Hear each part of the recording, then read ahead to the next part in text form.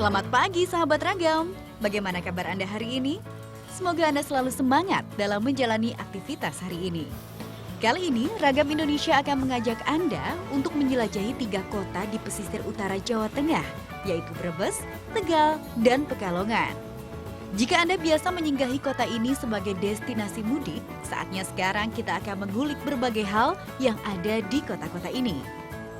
Mulai dari kearifan lokalnya, wisata, dan kuliner yang mungkin belum Anda ketahui sebelumnya. Oleh karena itu, kencangkan sabuk pengaman Anda dan bersiaplah untuk mengikuti petualangan menjelajahi 3 kota Pantura, Jawa Tengah.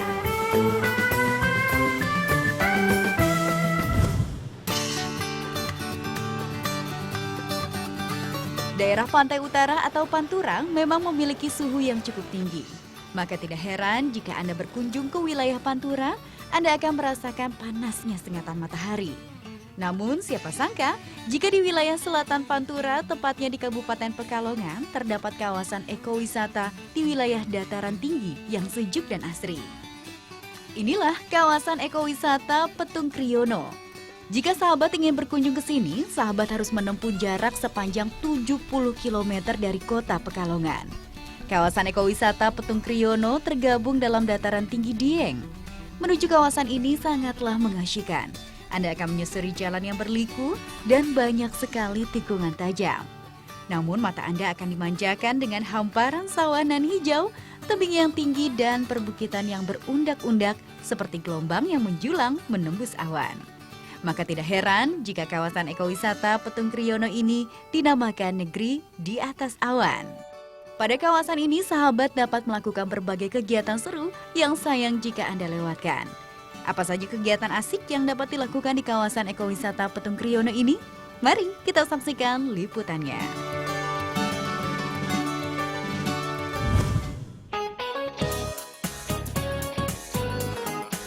Udara Petung Kriono yang dingin membuat siapa saja mendambakan kudapan hangat yang menggugah selera.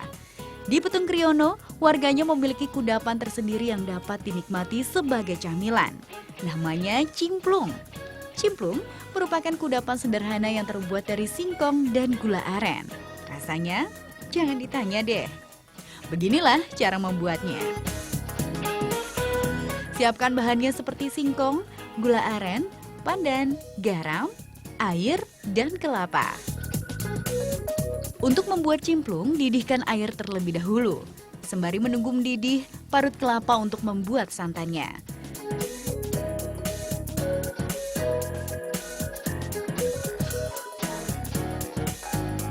Setelah air mendidih, saatnya gula aren asli Petung Kriono dimasukkan ke dalam panci.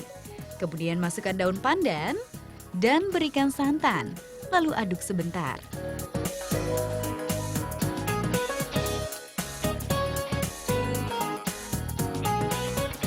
Tambahkan pula sedikit garam untuk memberikan rasa gurih, lalu aduk kembali.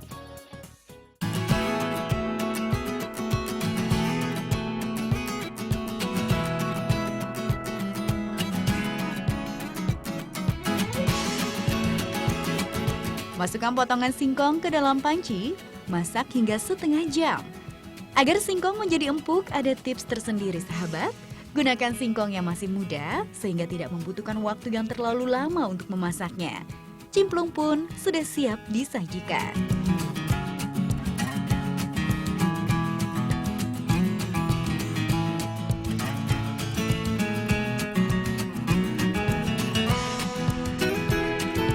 Menikmati cimplung akan lebih nikmat jika ditemani dengan secangkir kopi. Sahabat, kopi di kawasan Petung Kriono berasal dari tanaman kopi yang tumbuh liar di hutan Soko Kembang. Jadi bukan berasal dari kawasan perkebunan, sehingga rasa biji kopinya akan bercampur dari tanaman yang tumbuh di sekitarnya. Seperti kopi Petung Kriono yang satu ini. Kopi Petung Kriono memiliki aroma seperti gula aren, sebab pohon kopi di wilayah ini tumbuh di sekitar pohon aren pula. Jika Anda berkunjung ke Petung Kriono, maka Anda dapat menikmati kearifan lokal yang ada. Mencicipi cimplung hangat dengan kopi beraroma aren di alam terbuka seperti ini akan memberikan Anda kenangan yang berkesan jika berkunjung ke wilayah ini.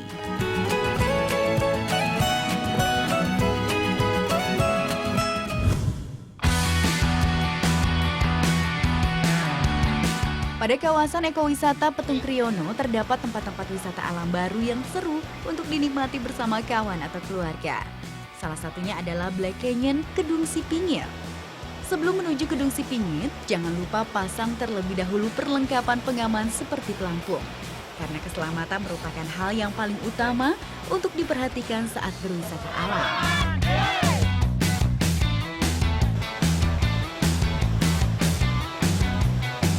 Ketika menuju kawasan ini, sahabat harus menyusuri Sungai Soko Kembang terlebih dahulu. Sungai yang dilalui hingga menuju tempat ini merupakan sungai yang dangkal. Namun sahabat harus hati-hati sebab banyak sekali bebatuan licin yang dapat membuat Anda terperosok.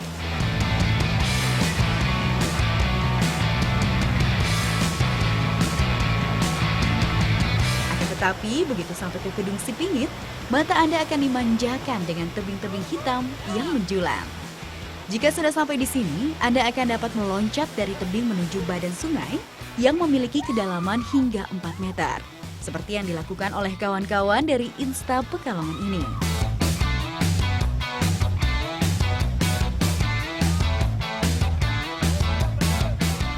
Insta Pekalongan merupakan sebuah komunitas di Pekalongan yang suka mempromosikan kawasan wisata dan budaya Pekalongan melalui Instagram. Seperti halnya saat mereka sedang berada di Kedung Sipingit ini. Sambil berfoto-foto ria dan menikmati alam, sekaligus juga mempromosikan keindahan Pekalongan. Luar biasa bukan? Setelah puas berloncat-loncat dari tebing, Anda juga dapat merasakan sensasi body rafting di Sungai Soko Kembang. Membiarkan tubuh Anda terbawa oleh aliran sungai, sungguh benar-benar membuat tubuh menjadi lebih fresh. Terlebih jika dilakukan bersama kawan-kawan. Untuk menikmati wisata alam Kedung Sipingit tidak membutuhkan biaya yang cukup besar. Hanya membutuhkan Rp15.000 saja untuk alat pengaman dan juga biaya masuknya. Menyenangkan bukan?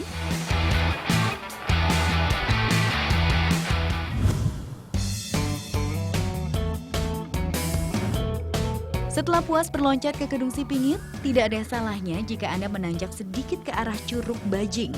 Ini merupakan salah satu kawasan wisata di Petung Kriono. Di Curug Bajing ada pula kegiatan seru lainnya yang sayang jika Anda lewatkan. Anda bisa meluncur menggunakan ban melalui air terjun yang berundak-undak. Sebelum meluncur, jangan lupa gunakan pengaman seperti pelampung, helm, dan juga pelindung tangan serta kaki. Kegiatan seru ini pun dapat dinikmati ketika arus air cukup deras. Saatnya berseluncur.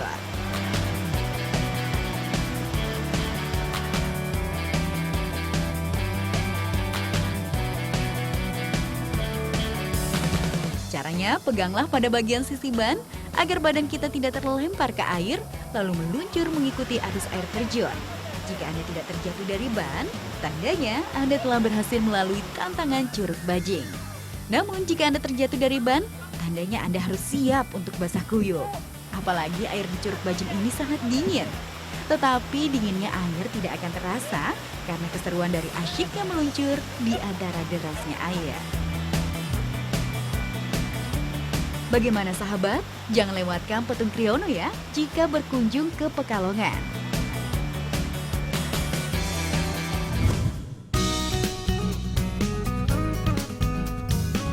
Sahabat, di wilayah Jawa Tengah termasuk kawasan pesisir utaranya terdapat berbagai kuliner yang memanjakan lidah. Termasuk juga kuliner yang mengenyangkan seperti nasi. Nasi yang digunakan memang nasi biasa atau nasi putih. Namun lauknya lah yang menjadikannya istimewa. Apa sajakah kuliner nasi yang ada di pesisir utara Jawa Tengah? Yuk kita simak ulasannya berikut ini.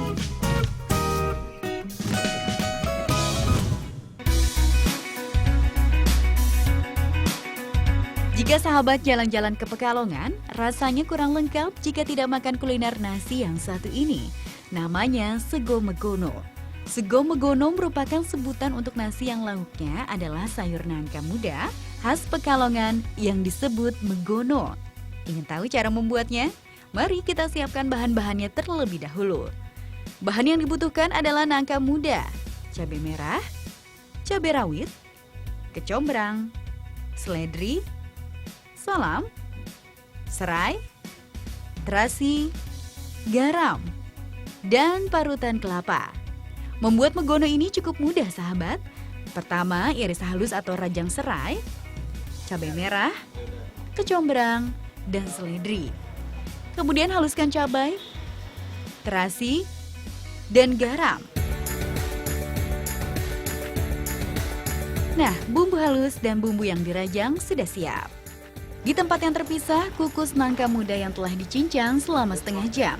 Sembari menunggu, campurkan parutan kelapa, bumbu halus, dan bumbu yang sudah dirajang tadi hingga merata. Tambahkan pula garam, lalu kukus di atas nangka mudanya.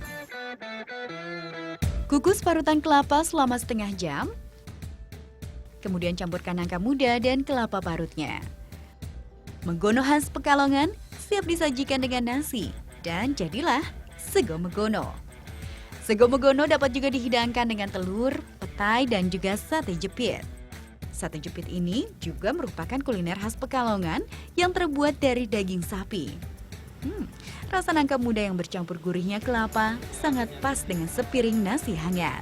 Selamat mencoba ya sahabat.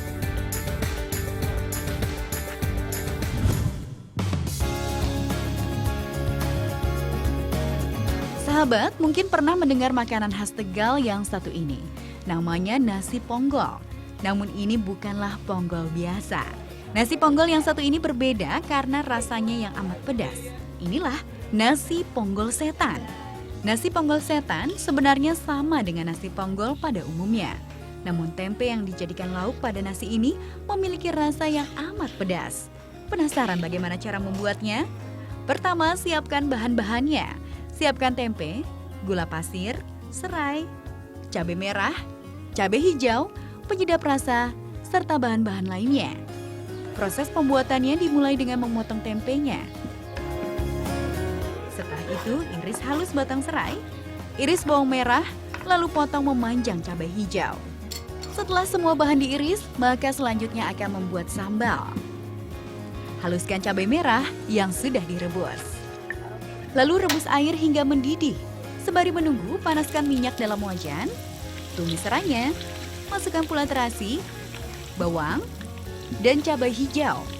Berikan juga daun salam dan lengkuas yang masih utuh. Agar rasanya lebih nikmat, tambahkan penyedap, garam, gula merah, dan sedikit gula pasir. Setelah bumbu tercampur dan harum, masukkan tempenya, lalu aduk merata. Tambahkan kecap dan air mendidih. Aduk hingga matang. Jika tempe sudah hampir kering, maka tempe siap diangkat. Sajikan tempe dengan nasi dan telur bacem. Nasi ponggol setan siap disantap.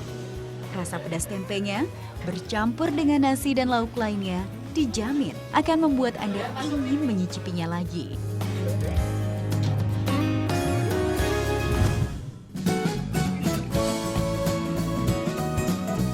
Ada lagi kuliner nasi lainnya. Namanya nasi uwet. Nasi uwet dapat Anda temui di Jalan Sulawesi, Kota Pekalongan. Uwet merupakan sebutan untuk lauk yang terdiri dari daging jeroan sapi.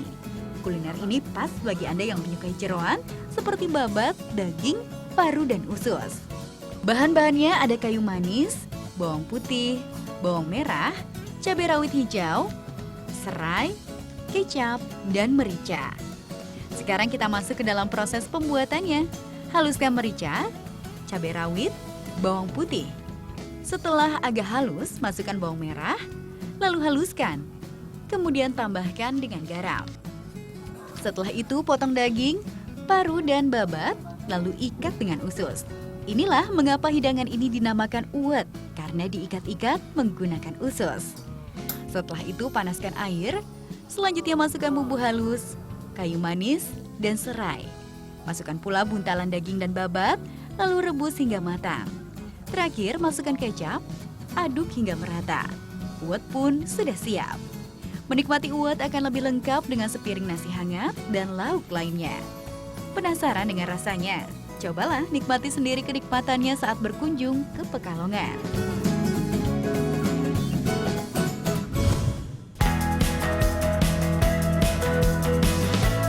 Pekalongan merupakan salah satu daerah yang memiliki akulturasi budaya Arab dan India. Akulturasi tersebut meliputi berbagai macam aspek, mulai dari bahasa, batik, dan juga kulinernya. Penasaran ingin tahu apa saja kuliner Pekalongan yang terpengaruh budaya Arab dan India? Mari kita simak liputan yang satu ini.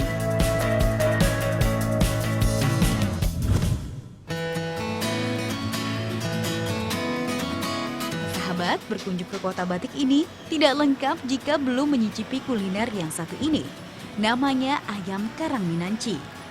Ayam karang Minanci merupakan resep turun-temurun dari sebuah keluarga. Awalnya nenek moyang keluarga ini bersahabat dengan seorang keturunan India yang memiliki resep ayam karang Minanci. Kemudian resep ini dibawa ke Pekalongan dan menjadi resep keluarga. Sehingga pada akhirnya terjadi akulturasi dalam resep masakannya. Sekarang, ayam karang Minanci dapat dinikmati secara umum. Yuk, kita intip bagaimana cara memasak ayam karang Minanci. Untuk membuatnya, bahan yang diperlukan adalah daging ayam, cengkeh, merica, garam, gula pasir, gula jawa, santan, kecap, jahe, cabai rawit hijau, dan pala. Proses memasaknya, pertama haluskan jahe dan cabai rawit, lalu masukkan garam, gula, dan merica. Haluskan kembali. Tambahkan pala dalam bumbu halus, kemudian haluskan kembali semua bumbunya. Terakhir, haluskan cengkeh. Bumbu basah sudah siap. Saatnya memanaskan santan di wajan. Untuk memasaknya diperlukan kompor tungku kayu bakar karena lebih cocok dengan bumbunya. Jika menggunakan kompor gas biasa, maka rasanya pun akan berbeda. Setelah itu masukkan bumbu ke dalam santan. Tunggu hingga mendidih. Jika sudah mendidih, masukkan ayam, kecap, dan gula jawa. Masak selama 2 jam. Matikan tungku dan endapan semalaman agar warnanya berubah dan bumbu meresap.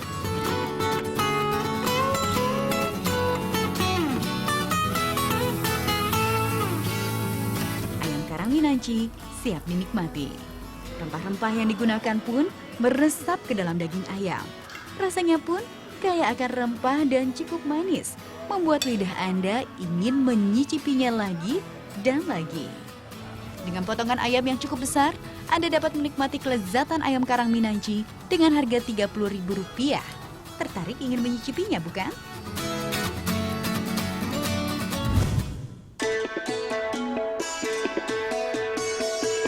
Sahabat, ada lagi kuliner khas Pekalongan yang merupakan akulturasi dari budaya Arab dan Pekalongan, yaitu gulai kacang hijau. Kuliner ini merupakan hidangan bubur kacang hijau yang disajikan dengan daging kambing dan bumbu lainnya. Unik bukan? Bahan untuk membuat gulai daging kambing adalah daging kambing, kacang hijau, bawang merah, bawang putih, jintan, kunyit, merica, cengkeh, kapulaga, kemiri, dan ketumbar. Sekarang mari kita lihat cara membuatnya. Pertama, kapulaga dikupas terlebih dahulu, lalu sangrai ketumbar, merica, jintan, cengkeh, kapulaga, sampai mengeluarkan harum. Setelah selesai, tumbuk bumbu hingga halus. Di tempat terpisah, haluskan bawang merah, bawang putih, kunyit, dan kemiri. Jadi ada 2 bumbu untuk membuat gulai kacang hijau, yaitu bumbu kering dan bumbu basah. Selanjutnya, panaskan wajan, lalu tumis bumbu-bumbunya. Setelah selesai menumis, saatnya rebus kacang hijau selama 1 jam. Kemudian masukkan daging kambing dan rebus selama 2 jam. Masukkan bumbu yang telah ditumis, tambahkan pula sedikit garam, aduk hingga merata. Gulai kacang hijau pun siap disantap. 1 porsi gulai kacang hijau dapat Anda nikmati dengan harga Rp17.000 saja. Kuliner unik ini juga lebih sedap jika disajikan dengan kue dadar seperti hidangan Timur Tengah pada umumnya. Sahabat, tidak perlu khawatir akan daging kambing di dalamnya. Kacang hijau yang menjadi bahan utama di kuliner ini terbukti dapat mengurangi kadar kolesterol jahat, sehingga Anda tidak perlu takut mengonsumsi daging kambing pada hidangan ini. Bagaimana? Siap menggoyang lidah Anda dengan gulai kacang hijau nan gurih ini?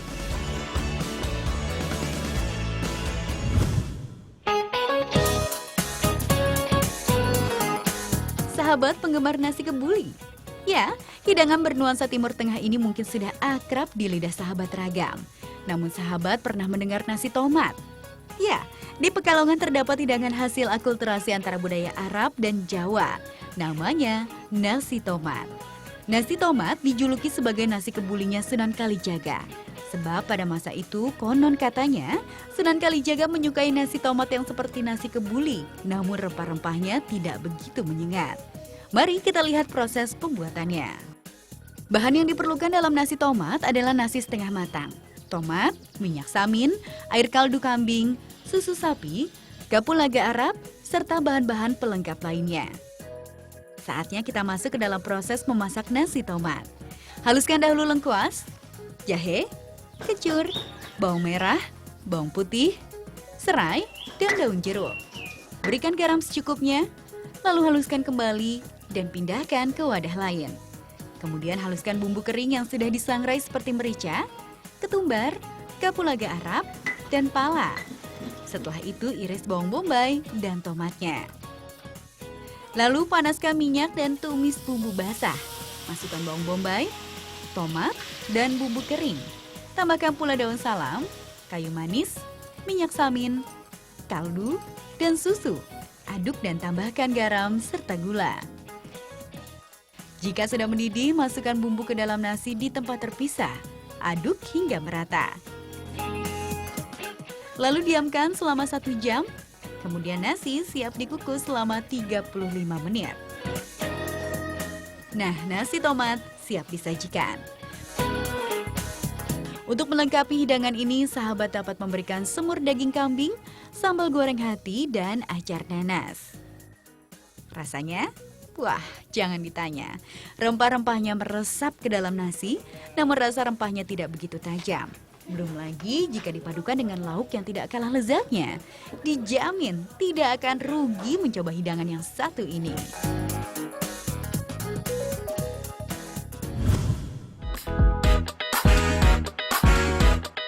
Jangan beranjak terlebih dahulu dari televisi Anda ya sahabat, karena Ragam Indonesia masih akan hadir untuk memberikan sajian yang unik dan menarik lainnya.